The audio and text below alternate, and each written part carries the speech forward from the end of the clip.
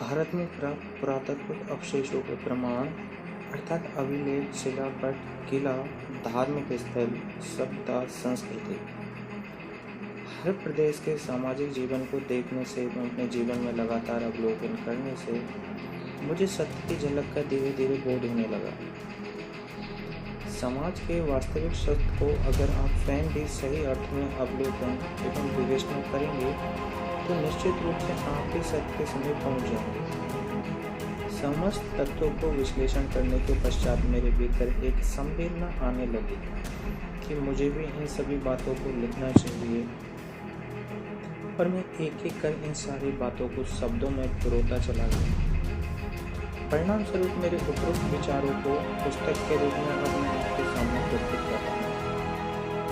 इसके बावजूद फिलहाल मैं अपना प्रयास अधूरा ही मानूंगा। वास्तव में मेरा प्रयास तभी सफल माना जाएगा कि प्रत्येक इंसान इन सभी बातों को स्वयं अनुभव करे।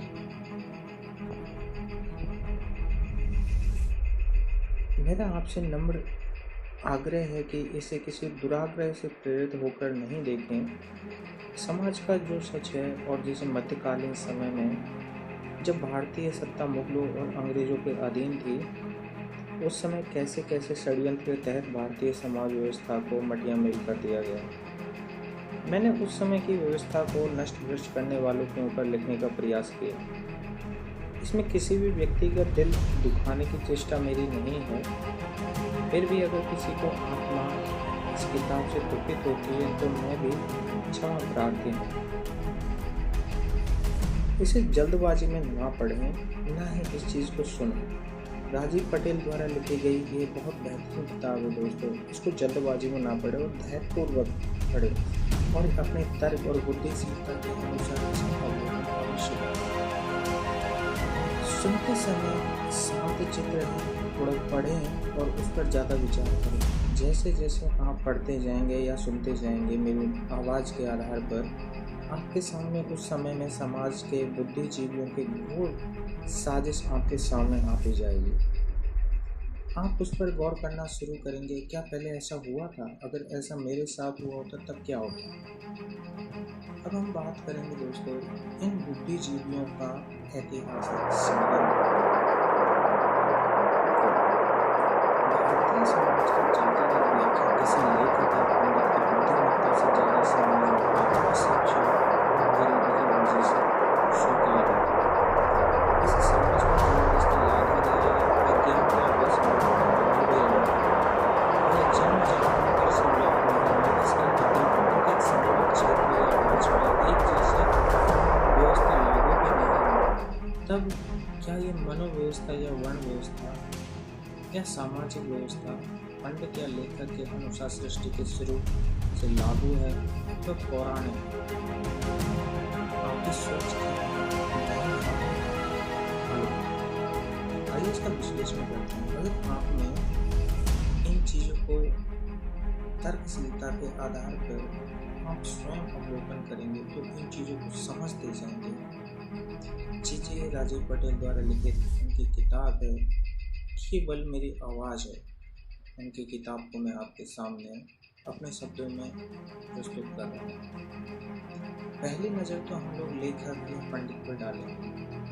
विभिन्न लेखक या पंडितगण भारत की जिस सामाजिक एवं जातिगत व्यवस्था का लगभग 1000 वर्षों से किताबों या शास्त्रों में वर्णन करते आ रहे हैं, क्या उन किताबों या शास्त्रों का कोई पुराना या प्रमाणित ताड़पत्र या पांडुलिपि उपलब्ध है? इसका उत्तर होगा सर्वप्रथम हम ताड़पत्र या पांडुलिपि से अनुवाद कर या अपनी परिकल्पना से लिखने वाले लेखक एवं पंडितगण पर नजर डालते हैं। अभी तक 1000 ईस्वी से पूर्व के किसी प्रकार के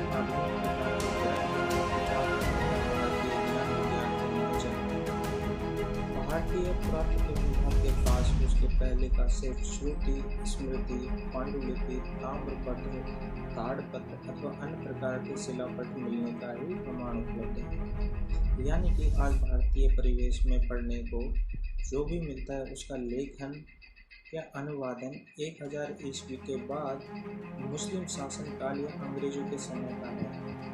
दूसरी बात मुख्य रूप से यह है देखना होगा कि लेखक या अनुवादकों ने किसी भी विषय को लिखते या अनुवाद करते समय क्या मुगलों और अंग्रेजों से प्रभावित होकर उनको खुश करने के लिए तो नहीं लिखा, या फिर स्वयं स्वतंत्र और निर्विकार होकर लिखा है या अनुवाद किया है। क्योंकि सारे के सारे लेखकों या अनुवादकों ने अपने समय के पदाइस्पातों सरकार को प्रभावित या प्रलोभित होकर अपनी जिंदगी विलासता पूर्वक जिया। भारत की आम जनता में सामाजिक पूर्व में लिखित पांडुलिपि या ताम्रपत्र में लिखे हुए शब्दों को जानती है। भारतीय आम जनमानस जानती है तो सिर्फ लेखकों या अनुवादकों के द्वारा लिखे गए उन शब्दों को जिसे उनके द्वारा कलमबद्ध कर भारतीय समाज के बीच किताबों के रूप में प्रस्तुत किया है। आज समाज में जो भी विचार प्रभावित हो रहा है इन्हीं लेखकों या अनुवादकों की किताब की देन है। इन लेखकों की बात का एहसास आपको साधारण रूप से सोचने पर भी हो जाएगा। आज भी भारत के इतिहास को देखने और पढ़ने से आपको आभास होगा कि यहाँ के जितने भी लेखक या अनुवादक हुए हैं या तो वर्तमान में हैं या उन सबके अंदर 1000 ईस्वी के पूर्व की जानकारी या लेखन में मतभिन्नता है। हम बात कर रहे हैं दोस्तों 750 ईस्वी में स्थापित पाल वंश, 606 ईस्वी में स्थापित हर्षवर्धन वंश और 240 ईस्वी में स्थापित गुप्त वंश। ईसा पूर्व में स्थापित शक वंश, ईसा पूर्व 185 में स्थापित शून्य वंश, ईसा पूर्व 321 में मौर्य वंश, ईसा पूर्व 345 में नंद वंश, ईसा से 413 में शिशुनाग वंश, ईसा पूर्व 544 में हरियर वंश। इन लेखकों को सही प्रकार से सच्ची सटीक बृहत जानकारी उपरोक्त साम्राज्यों की भी नहीं है। इसके पूर्व के साम्राज्य पर तो भारत के लेखक या अनुवादक चुप हो जाते हैं। तब आप स्वयं ही समझ लीजिए कि जो लेखक या अनुवादक 1500 साल के इतिहास के इधर उधर बंगले झांकने लगते हैं तो फिर वो दावे के साथ लाखों पूर्व आदिम युग, राम युग, महाभारत युग के समय की सामाजिक बनावट की विवेचना को किताबों के माध्यम से बखान कैसे कर सकते हैं।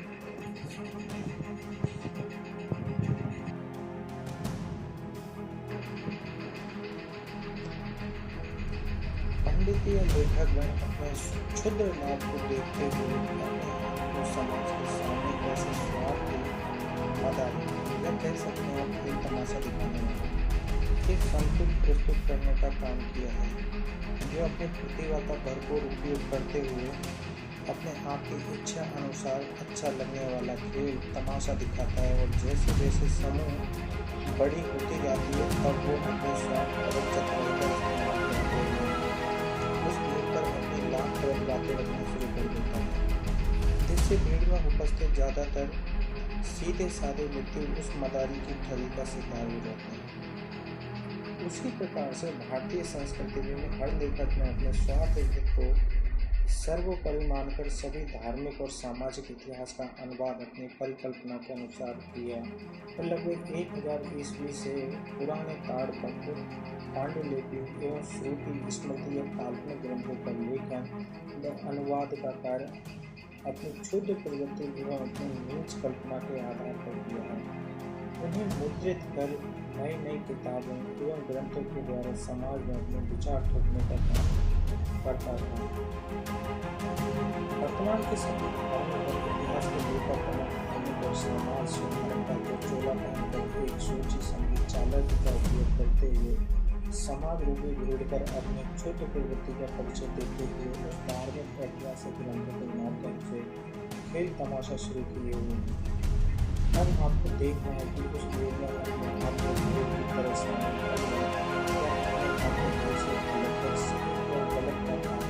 आर्थिक दृष्टिकोण से उस भीड़ में दो प्रकार के लोग शामिल हैं। प्रथम प्रकार के वे लोग हैं जो अपने आप को उस लेखक या मदारी की बातों में आकर अपने आप को ठगी का शिकार समझ रहे हैं और फिर उसकी दवा खोजने किसी दूसरे लेखक या मदारी की चंगुल में फंसकर रह जाते हैं और आगे चलकर अपने आप में काफी कुंठित हो जाते हैं। दूसरी बात है कि दूसरों पे वे जो अपने आप को शुरू से ही उस भीड़ से अलग उस लेखक की बातों को देखा अनदेखा कर अपनी जिंदगी स्वयं के तरीके से जीते हैं, लेकिन लेखक की बातों से कहीं न कहीं कुंठित जरूर होते हैं। मैं सही कह रहा हूँ, ये आपको समझना है। इन लेखकों की भीड़ में भी दो तरह के इंसान हम सभी को साफ साफ दिख रहा है। इन दोनों प्रकार पर चर्चा में आगे करूँगा। पहले आइए हम लोग मिलकर इस लेखक या पंडित की क्षुद्र चतुरता पर विचार करें। लेखकों या पंडितों ने अपनी बात को बहुत ही अच्छे तरीके से समाज में लाया है, जिसको कुछ समय आपके बीच में रखना है। अब आप स्वयं ही सोच लीजिए। मैं इसको एक उदाहरण के माध्यम से और एक छंद के माध्यम से आपके सामने रख रहा हूँ, जिसमें है कि ढोल गवार शूद्र पशु नारी, ये सब है ताड़न के अधिकारी। यहाँ पर दोस्तों आपको जानने की जरूरत है कि ताड़न का अर्थ है पीटना या मारने से। वहाँ पर बहुत सारे बुद्धिजीवी लोग इसका अर्थ नहीं निकाल के उसका अनर्थ कर रहे हैं, जो सीधे साधे अपने समाज के जो लोग हैं वो समझने में अभी तक अपने आप को नहीं पा रहे हैं। पर मैं इसका सीधा सीधा आपको अर्थ बताता हूँ कि ताड़ने का अर्थ यहाँ पर पीटने और मारने से। सोच लीजिए, अगर आप स्वयं से पूछिए कि आप ढोल गवार शूद्र पशु नारी के अंदर आप स्वयं अगर हैं क्या होते, तो उस लेखक या पंडित के ऊपर आपकी क्या प्रतिक्रिया और कैसी होती, ये आपको सोचना है। समाज में नारी की पूजा होती है, उस नारी या समाज की प्रतिक्रिया उस लेखक या पंडित की प्रति कैसी होती है, क्या ऐसा हो सकता है? और उदाहरण आपको देता हूँ कि ब्रह्मा के मुख से पैदा लेने वाला ब्राह्मण, ब्रह्मा की भुजा से पैदा होने वाला क्षत्रिय, और ब्रह्मा की जंघा से पैदा होने वाला वैश्य, और ब्रह्मा के पैर से पैदा होने वाला शूद्र। बिल्कुल वैसा ही प्रश्न फिर उठता है कि आप अगर इन शब्दों के अंदर स्वयं होते तो लेखक के प्रति आपकी कैसी प्रतिक्रिया होती। स्पष्ट है कि बिल्कुल गलत जानकारी है। किसी ने कभी किसी को मुख, भुजा, जंघा या पैर से पैदा होते देखा है क्या? पहली बात है कि जो भी जन्म लेता है वो स्त्री से लेता है या ना ही पुरुष से लेता है। ये सारी कपोल कल्पित बातें हिंदू धर्म में जितने भी देवी देवता हैं सभी के माता पिता हैं और सभी की जन्म प्रक्रिया माँ से है। प्राचीन कथाओं में अच्छे नीतिगत कर्म, सात्विक जीवन, परोपकार कार्यों की वजह से उन सभी को भगवान की उपाधि मिली है। सारे के सारे जीव, इंसान, पशु, पक्षी,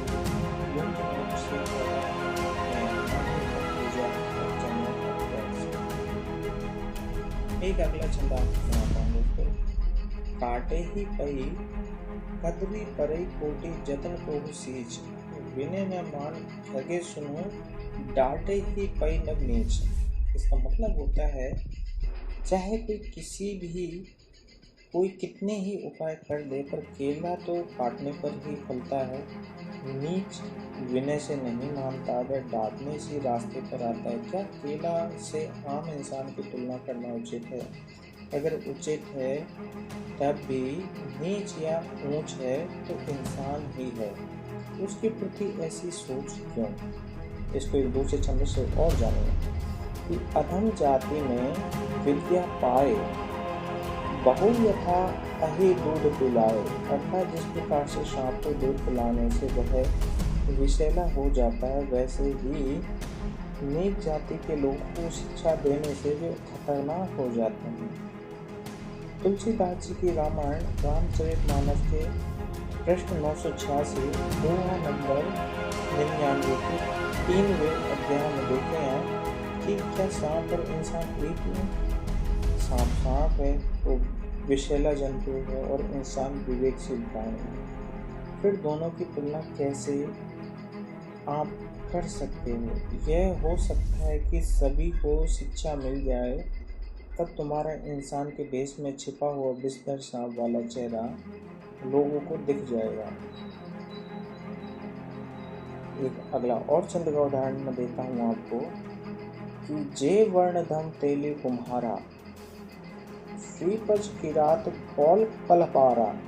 अर्थात तेली, कुम्हार, सफाई कर्मचारी, आदिवासी, कौल, तलवार आदि अत्यंत नीच वर्ण के लोग हैं। तुलसीदास जी की रामायण रामचरितमानस देखें, पेज नंबर 1029, दोहा नंबर 129, छंद 1, उत्तरकांड के उसमें आप देख सकते हैं। ये बातें स्वयं तुलसीदास जी के मुख से शोभा नहीं देती, क्योंकि इंसान अपनी जीविकोपार्जन हेतु कुछ भी नेक काम कर सकता है।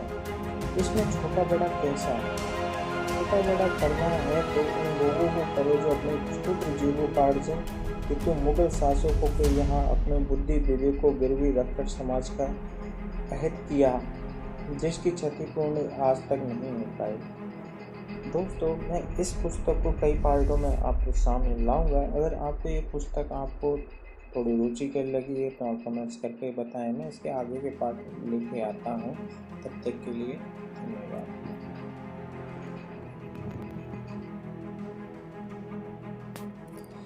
अहिर अर्थात यादव, यवन अर्थात बाहर से आए हुए लोग जैसे ईसाई और मुसलमान आदि, आदिवासी, दुष्ट, सफाई कर्मचारी आदि अत्यंत पापी हैं, नीच हैं। तुलसीदास कृत रामायण के रामचरितमानस में पेज नंबर 338, दोहा 12 और 2 के अयोध्या कांड में इस चीज को आप देख सकते हैं। तुलसीदास का जन्म उत्तर प्रदेश के बांदा जिले में राजापुर गांव में हुआ था। जन्म का वर्ष 1497 या 1532 ईस्वी के आसपास थी, क्योंकि भारतीय इतिहासकारों के अंदर पक्के तौर से किसी एक समय पर सहमति नहीं बनती और तुलसीदास की मृत्यु 1623 ईस्वी में 80 घाट, वाराणसी, उत्तर प्रदेश में हुई थी। क्या तुलसीदास के समय यानी 15वीं 16वीं शताब्दी यानी मुगल शासक बाबर के समय में प्रभु रामचंद्र जी तुलसीदास से चंदन का तिलक लगाने चित्रकूट आया करते थे?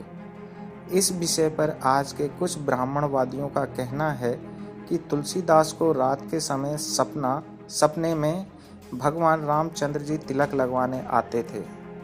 भाई लोगों को मूर्ख बनाना गलत करो, बंद करो। जानबूझकर कुछ धूर्त लोगों ने भारतीय समाज के इतिहास को तोड़ मरोड़ कर लिखा है, जिससे आज का समाज काफी दिग्भ्रमित है। तुलसीदास जी की लेखनी सही लग रही है आपको क्या? क्या ऐसा हो सकता है? तुलसीदास जी कहते हैं कि तुलसीदास सदा हरि चेरा, कीजे नाथ हृदय मन डेरा। ये हनुमान चालीसा का 40वां श्लोक है। क्या पाठकगण इसका अर्थ बता सकते हैं? अर्थ: तुलसीदास सदा हरि या भगवान की सेवा किए हैं, इसलिए नाथ या प्रभु आप मेरे हृदय में रहे। रामायण कथा के अनुसार ये पूरी दुनिया को मालूम है कि हनुमान जी प्रभु राम जी की और सीता जी की सेवा किया करते थे। फिर भी हनुमान जी आज तक स्वयं कभी भी या किसी के भक्त से भी कहलाना पसंद नहीं किए कि हनुमान जी प्रभु की सेवा किए हैं।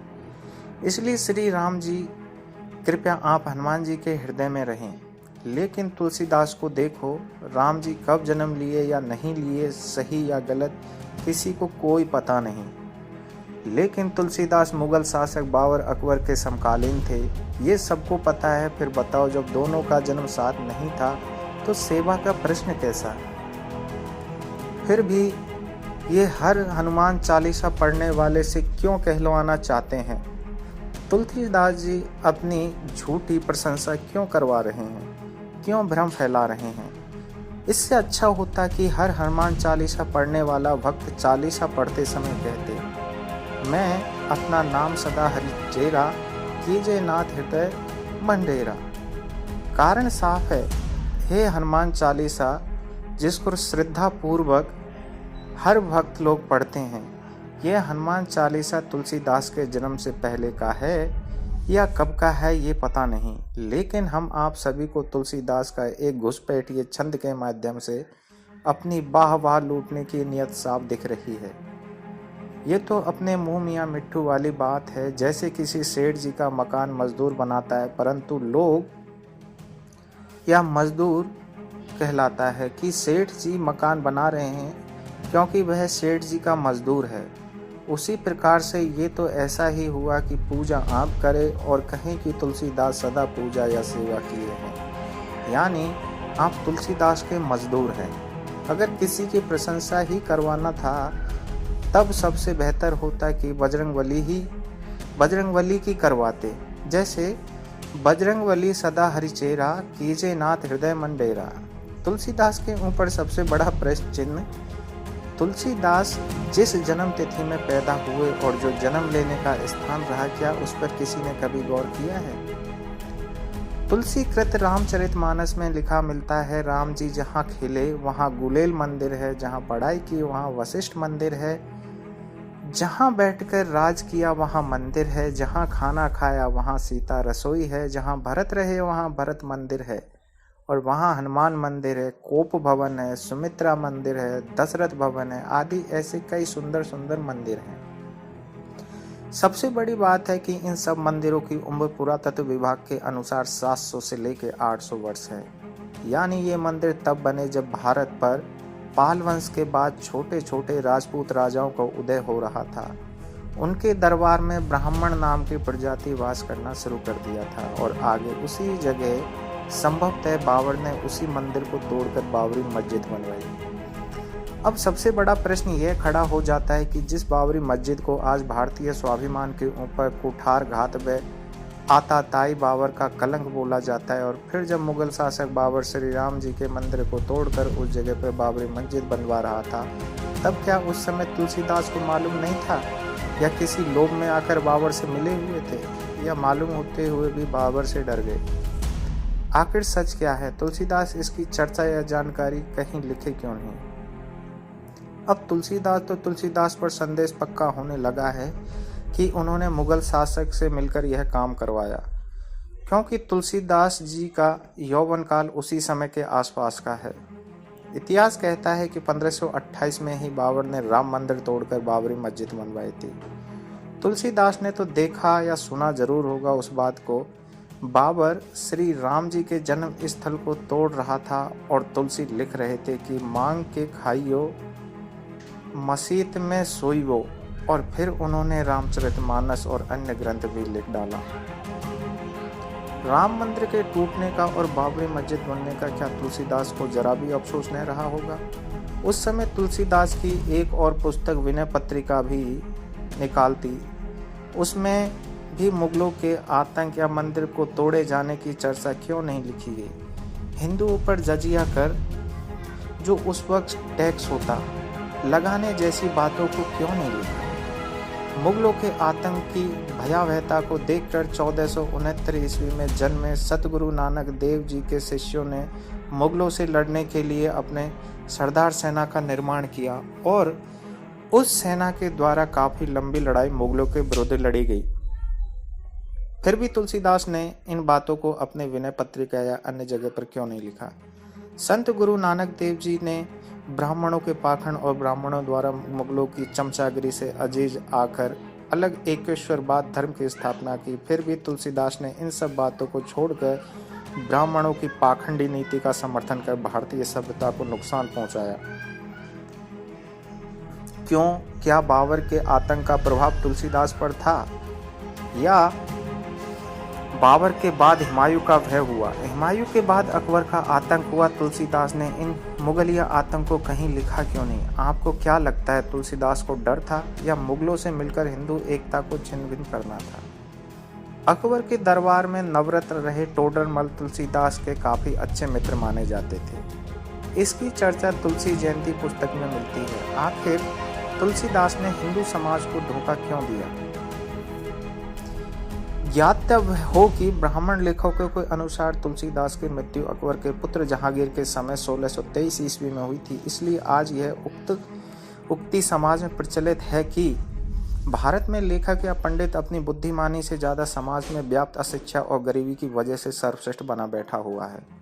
अब आपको सही और गलत का आकलन करना है। आइए इन सब बातों को सही व प्रमाणिक रूप से विस्तार पूर्वक आकलन करते हैं। आकलन नंबर 1, चलिए हम लोग लेखक और पंडितों की लिखी हुई बातों को तुलनात्मक चर्चा करते हुए भारत के तथ्यपरक इतिहास की ओर चलते हैं। इस इतिहास का पुरातात्विक साक्ष्य वास्तविक रूप से प्रमाणिकता के साथ मौजूद है। ईसा पूर्व 6वीं शताब्दी से लगभग 550वीं ईस्वी से विस्तार से चर्चा करते हैं। देखते हैं कि उस समय के सम्राटों का काल कैसा था। उस समय जिंदगी जीने की व्यवस्था क्या और कैसी थी। उस समय में धर्म के नाम पर कितनी आडंबर और रूढ़िवादिता थी। उस समय में स्वर्ण कौन, दलित कौन, पिछड़ा कौन, ब्राह्मण कौन, क्षत्रिय कौन, वैश्य कौन, शूद्र कौन और उनकी सामाजिक संरचना कैसी थी। देखते हैं कि उस समय कौन से छल प्रपंच के द्वारा इंसान के बीच में जातियों द्वारा भेदभाव पैदा किया गया था। हम शुरुआत करेंगे हर्यक वंश से। ज्ञात सबसे प्राचीन राजवंश दोस्तों हर्यक वंश है। हम यहाँ से इस चीज की शुरुआत करते हैं और आपको इस इतिहास से रूबरू कराते हैं। ईसा पूर्व 544 ईस्वी से लेकर ईसा पूर्व 413 ईस्वी तक हर्यक साम्राज्य रहा। राजधानी थी राजगृह, बाद में इसको पाटलिपुत्र कहने लगा। भाषा प्राकृतिक और पाली थी। धर्म बौद्ध धर्म था और राजा बिंबिसार 544 ईस्वी पूर्व से लेकर 492 ईस्वी पूर्व तक। मगध के राजा बिंबिसार को मगध साम्राज्य का वास्तविक संस्थापक माना जाता है। उन्होंने गिरिब्रिज यानी राजगीर को अपनी राजधानी बनाया। वे 15 वर्ष की आयु में ही राजा बने। कौशल, वैशाली एवं पंजाब आदि के राजाओं से वैवाहिक संबंधों की नीति अपनाकर राजा बिंबिसार ने अपने साम्राज्य का बहुत विस्तार किया। राजा बिंबिसार गौतम बुद्ध के सबसे बड़े प्रतिष्ठादाता माने जाते हैं। अपने पुत्र अजातशत्रु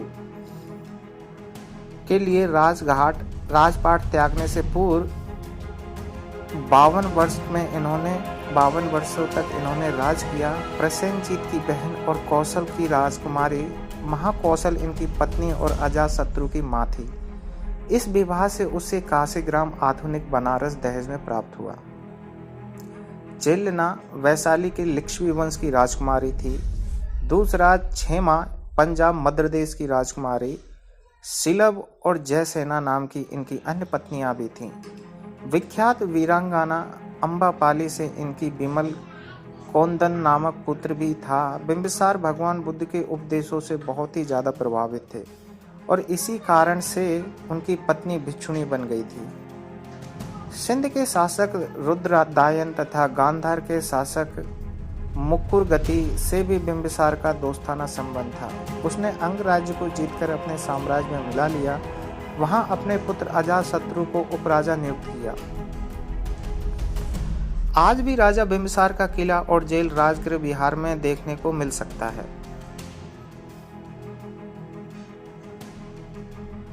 उत्तराधिकारी इनका था अजातशत्रु 492 से लेकर 460 ईस्वी पूर्व तक। अजातशत्रु का दोस्तों धर्म भी बौद्ध धर्म और जैन धर्म दोनों का ही अनुयायी था। उत्तराधिकारी उदयभद्र, धर्म बौद्ध और जैन। उत्तराधिकारी शिशुनाग। कहा जाता है कि अजातशत्रु अपने पिता की हत्या कर राजपाट प्राप्त किया था। उसके शासनकाल के 8वें वर्ष में बुद्ध की मृत्यु हुई थी। उसके शासनकाल में ही 483 ईस्वी में राजगृह के सप्तकर्णी गुफा में प्रथम बौद्ध संगीति का आयोजन किया गया। उदयदैन 460 से लेकर 440 ईस्वी पूर्व। उदयन ने पाटलिपुत्र वर्तमान पटना नगर की स्थापना की और इसे अपनी राजधानी बनाया। उदयन के बाद के शासक कमजोर थे और 412 ईस्वी तक शासन किए। अंतिम शासक नागदशक को उसके मंत्री शिशुनाग ने हटाकर स्वयं गद्दी पर बैठ गया। अब अगले वंश की चर्चा करते हैं दोस्तों, शिशुनाग वंश 412 ईस्वी से लेकर 344 ईस्वी पूर्व तक। शिशुनाग इसको वैशाली को अपनी राजधानी बनाया। कालाशोक इसके शासनकाल में 383 ईस्वी पूर्व में वैशाली की द्वितीय बौद्ध संगति का आयोजन हुआ, जिसमें बौद्ध संघ 2 संप्रदायों सेथाविर और महासंघिक में विभाजित हो गया। स्रोत बौद्ध ग्रंथ दीपवंश से लिया गया है। इसकी राजधानी वैशाली, बाद में पाटलिपुत्र। भाषा प्राकृतिक पाली, धर्म बौद्ध और जैन। उत्तराधिकारी महानंदिन। अंत ईसा पूर्व 344 ईस्वी। अगला वंश आता है दोस्तों नंद साम्राज्य। नंद वंश बहुत ही कम दिनों तक मगध साम्राज्य पर शासन कर पाया। ये ईसा पूर्व 345 ईस्वी से पूर्व 321 तक रहे। इसके संस्थापक शासक महापद्मानंद थे और इनके बाद उनके पुत्र घनानंद शासक बने। कुछ इतिहासकारों का मानना है कि महापद्मानंद महानंदिन शिशु नागवंश के शासक के पुत्र थे। चंद्रगुप्त मौर्य ने घनानंद को पराजित कर नंद राजवंश को समाप्त कर दिया और घनानंद सिकंदर का समकालीन था। उसका उल्लेख सिकंदर के इतिहासकारों कर्टियरा और डायोडोरस ने किया है।